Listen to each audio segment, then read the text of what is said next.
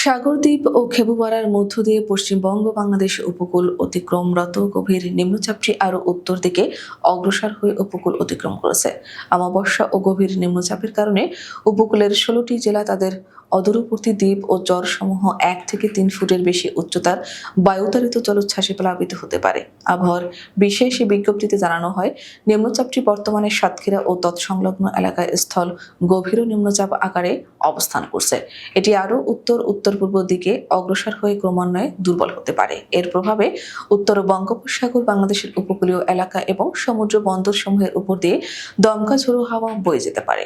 অমাবস্যা ও গভীর নিম্নচাপের কারণে উপকূলীয় জেলা চট্টগ্রাম, নোয়াখালী, লক্ষ্মীপুর, ফেনী, চাঁদপুর, ভোলা, হাতিয়া, সন্দ্বীপ, বরগুনা, পটুয়াখালী, বরিশাল, পিরোজপুর, ঝালকাঠি, বাগেরহাট, খুলনা, সাতক্ষীরা এবং তাদের অদূরবর্তী দ্বীপ ও চরসমূহ ১ থেকে ৩ ফুট অধিক উচ্চতার বায়ুতাড়িত জলোচ্ছ্বাসে প্লাবিত হতে পারে। উত্তর বঙ্গোপসাগরে অবস্থানরত সকল মাছ ধরার নৌকা ও ট্রলারকে পরবর্তী নির্দেশ না দেওয়া পর্যন্ত নিরাপদ আশ্রয় থাকতে বলা হয়েছে।